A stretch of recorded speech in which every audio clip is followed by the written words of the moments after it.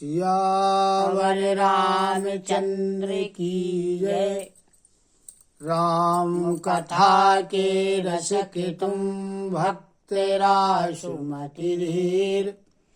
आई सुवासन करिए प्रभु तेज पुंज कपिवीर। लखन सिया रामचंद्र की जय। कल का प्रसंग था। तुलसीदास जी लिखते हैं कि विप्र विवेकी वेद विद सम्मत साधु सुजाति। जैसे कोई विवेकशील व्यक्ति हो, वेद का ज्ञानवान हो, ज्ञाता हो, साधु के सम्मत आचरण करने वाला हो, उत्तम जाति का कुलीन ब्राह्मण हो, और यदि धोखे से वह मंदरा पी ले और फिर पीछे पछतावे, उसी प्रकार मंत्री सुमंत्र पछता रहे हैं। जैसे किसी उत्तम कुल वाली साधु स्वभाव की समझदार मन वचन और कर्म से पति को ही देवता मानने वाली पतिव्रता स्त्री को यदि भाग्यवश पति को छोड़ करके पति से अलग रहना पड़े, उस समय उसके हृदय में जैसा भयानक संताप होता है, कष्ट होता है, दुख होता है, उसी प्रकार मंत्री सुमंत के हृदय में हो रहा है। उनके नेत्रों में जल भर गया, दृष्टि मंद हो गई, कानों से सुनाई देना बंद हो गया और बुद्धि उनकी बेठिकाने हो गई। होंठ सूख गए, मुंह में लाठी लग गई, किंतु प्राण नहीं निकल रहे, क्योंकि हृदय में अवधि रूपी यानी कि 14 वर्ष बाद भगवान राम फिर आएंगे और फिर मिलेंगे, यह आशा रुकावट बनी हुई है। सुमंत्र जी के मुख का रंग बदल गया, देखा नहीं जा रहा है और उनके मन में बड़ी गिलानी है। उस प्रकार जिस प्रकार मानो इन्होंने माता पिता को मार डाला या कोई पापी मनुष्य नरक को जाता हुआ रास्ते में अपने पिछले किए हुए पापों को सोच रहा। मुंह से वचन नहीं निकल रहे, हृदय में पछतावा है, सोच रहे हैं कि अयोध्या जाकर मैं क्या देखूंगा। जब लोग श्री रामचंद्र जी के बिना रक्त को देखेंगे तो वे लोग मुझे देखने में संकोच करेंगे, मेरा मुंह कोई देखने लायक नहीं रहेगा, कोई देखना नहीं चाहेगा। नगर के सब व्याकुल स्त्री पुरुष जब दौड़ करके मुझसे पूछेंगे, तब मैं अपने हृदय में वज्र रख करके सबको उत्तर दूंगा। जब माताएं पूछेंगी तब हे विधाता मैं क्या जवाब दूंगा। जब लक्ष्मण जी की माता मुझसे पूछेंगी तब मैं उन्हें कौन सा सुख देने वाला संदेश कहूंगा। श्री रामचंद्र जी की माता जब नई ब्याई हुई गाय की तरह दौड़ करके आवेंगी, तब उनके पूछने पर मैं उन्हें क्या उत्तर दूंगा कि श्री सीता राम और लक्ष्मण वन को चले गए। जो भी पूछेगा मुझे यही उत्तर देना पड़ेगा। अयोध्या जाकर के अब मुझे यही सुख प्राप्त करना। और जब राजा दशरथ जी जो दीन हैं, दुखी हैं, जिनका जीवन रघुनाथ जी के दर्शन के अधीन है, और जब वो पूछेंगे भगवान राम की, लक्ष्मण की और सीता जी की कुशलता, तो मैं क्या उत्तर दूंगा। मेरा हृदय कीचड़ की तरह नहीं फटा, जिस प्रकार जल के बिना कीचड़ फट जाता है। इसलिए मैं जान गया हूं कि विधाता ने मुझे यह यातना रूपी शरीर ही दिया है, जो पापी जीवों को नरक भोगने के लिए दिया जाता है। इस प्रकार सुमंत्र पछतावा कर रहे हैं और नगर में प्रवेश करते हुए सकुचा रहे हैं, गिलानी हो रही है। मानो गुरु ब्राह्मण और गौ को मार करके आए हो। सारा दिन मंत्री सुमंत्र एक पेड़ के नीचे बैठे रहे और दिन को वहां बिताया। जब संध्या हो गई, थोड़ा अंधेला हो गया, तब मौका पा करके अंधेरे का लाभ लेकर के उन्होंने अयोध्या में प्रवेश किया। रथ को दरवाजे पर खड़ा किया और चुपके से महल में घुस गए।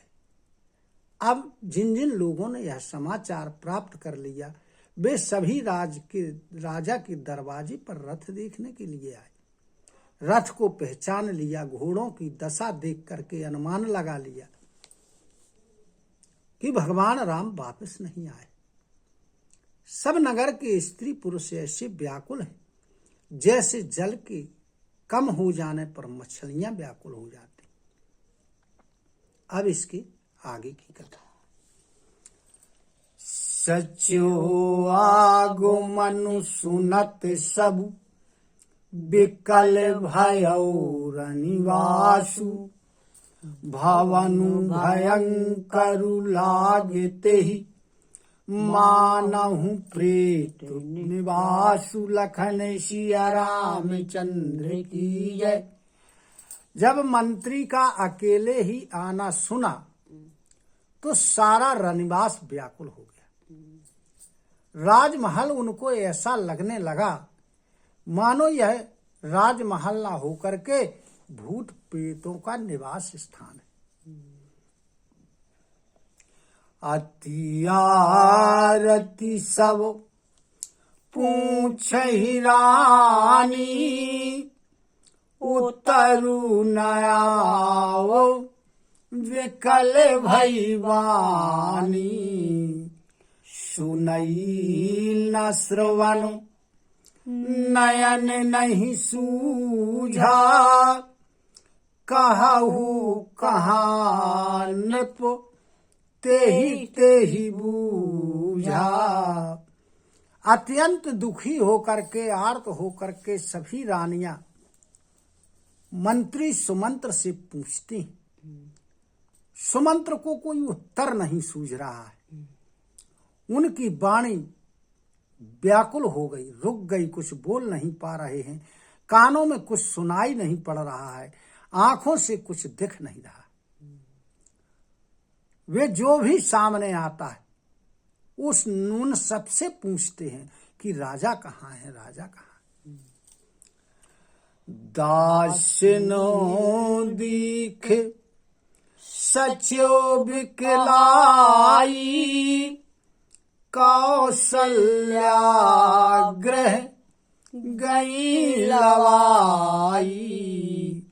जाई सुमंत्र दीख कस राजा अमिये रहत जनु चंदु विराजा।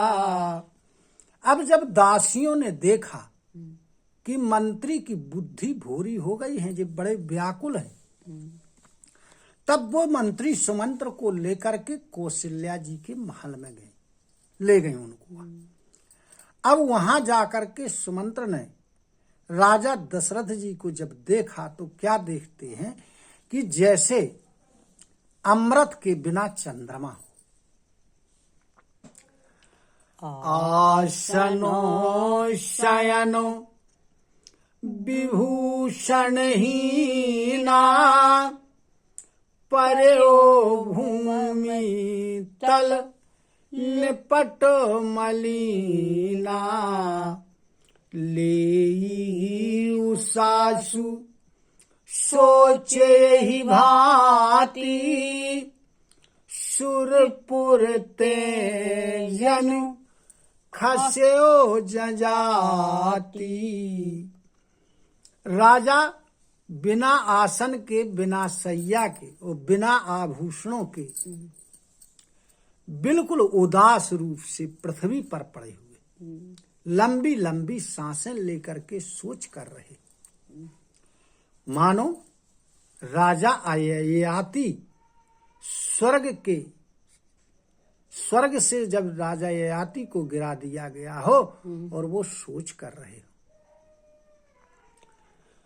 लेते सोच भरी छिनु छिनु छाती, जनु जरी पंखो पर्यो संपाती।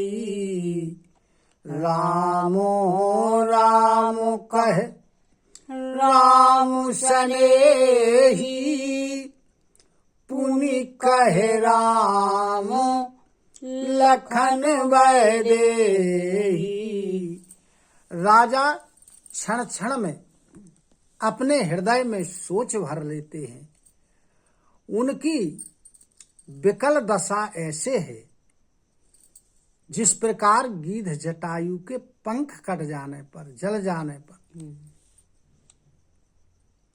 जटायु के भाई संपाति गिर पड़ा हो। राजा बार बार राम राम राम राम और लक्ष्मण और वैदेही कह करके पुकार रहे। देखी सच्यों जय जीव कही, कीन्ह्यो दंड प्रणाम। सुनत उठ्यो व्याकुल नृपति, कहु सुमंत्र कहाँ राम लखन सिया रामचंद्र की जय। मंत्री ने देखा जब राजा को तो जय जीव कह करके उन्होंने दंडवत प्रणाम किया। जब मंत्री सुमंत्र का दंडवत प्रणाम राजा दशरथ जी ने सुना तो राजा दशरथ जी बड़े व्याकुल होकर के उठे और सीधे सुमंत्र से पूछते हैं कि हे सुमंत्र, राम कहाँ है? भूपो सुमंत्रु लीन और लाई, बूढ़त कछु आधार जनु पाई। सहितो स्नेह निकट बैठारी, पूछत राऊ नयन भरिवारी। वो राजा दशरथ जी ने मंत्री सुमंत को अपने हृदय से लगा लिया। ऐसा लगता है मानो डूबते हुए आदमी को कोई सहारा मिल गया। बड़े प्रेम के साथ, स्नेह के साथ राजा दशरथ जी ने सुमंत्र को अपने पास में बैठा लिया और फिर नेत्रों में आंसू भर करके राजा दशरथ जी सुमंत्र से पूछते हैं, क्या कहते हैं कि रामो कुशल कहू सखा सनेही, कहाँ रघुनाथ लखन वैदेही। आने फेरी की बनहि सिधाए, सुनत सच्यो लोचन जल छाए। कहने लगे, हे मेरे प्रेमी, हे सखा, रामचंद्र जी की कुशलता तो बताओ। श्री राम लक्ष्मण और वैदेही यानी जानकी जी कहाँ हैं? तुम उन्हें लौटा लाए हो या वन को चले गए? जब मंत्री सुमंत्र ने दशरथ जी के ऐसे वचनों को सुना तो मंत्री सुमंत्र के नेत्रों में जल भर आया। शोक विकल पुनि पूछ नरेशु, कहु सिय राम लखन संदेशु। रामो रूप गुण शील स्वभाव, सुमिरी सुमिरी उर सोचत राऊ। शोक से व्याकुल होकर राजा दशरथ जी फिर से सुमंत्र से पूछते कि हे सुमंत्र, सीता जी, राम लक्ष्मण का संदेशा तो बताओ, कहो कुशलता पूर्वक तो है। और राजा दशरथ जी भगवान राम के रूप, उनके गुण, उनकी शीलता, उनके अच्छे स्वभाव का स्मरण कर करके और अपने हृदय में सोच करते। यानी किस व्यक्ति का स्मरण किया जाता है, इस चौपाई से ये संदेश मिलता है। लोग उसको याद करते हैं, उसके लिए सोच करते हैं जो रूपवान हो, गुणवान हो, जिसके अंदर शीलता हो, जिसका स्वभाव अच्छा हो। लोग उसकी याद करते हैं और उसके विषय में सोचते। राऊ सुनाई दीन बनवासु, सुनी मन भयाऊ ना हरसु हरासु। सोसत बिछरत गए न प्राणा, को पापी बड़ मोहि समाना। अब राजा दशरथ जी सोच रहे हैं कि मैंने राजा होने की बात रात्रि में कही और फिर जिसको वनवास दे दिया, तो वनवास की बात भी सुन करके जिस राम के मन में ना तो कोई हर्ष हुआ, ना कोई विषाद हुआ, ऐसे पुत्र के बिछुड़ जाने पर भी यदि मेरे प्राण नहीं गए तो मैं समझता हूं कि मेरे समान बड़ा पापी कोई दूसरा नहीं। सखा राम सिय लखन जहां, तहां मोहि पहुँचाऊ। नाही त चाहत चलन अब, प्राण कहूँ सत भाऊ। लखन सिय रामचंद्र की जय। राजा दशरथ जी मंत्री सुमंत्र से कहते हैं कि हे सखा, जहां राम, लक्ष्मण और सीता है, तुम ले जाकर के वहां मुझे पहुंचा दो, नहीं तो मैं सत्य भाव से कहता हूं कि मेरे प्राण अब बचेंगे नहीं, मेरे प्राण अब चलना चाहते। लो सियावर रामचंद्र की जय। कथा विसर्जन होते सुनहु मीर हनुमान, जो जन यहाँ से आए हो सो तह करऊ पयान। श्रोता सब आश्रम गए, शंभु गए कैलाश। रामायण मम हृदय में सदा करऊ तुम वास। लखन सिया रामचंद्र की जय। उमापति महादेव की जय। पवन सुत हनुमान की जय। गुरु गोविंद की जय हो। जय जय सीताराम, जय जय राधे श्याम।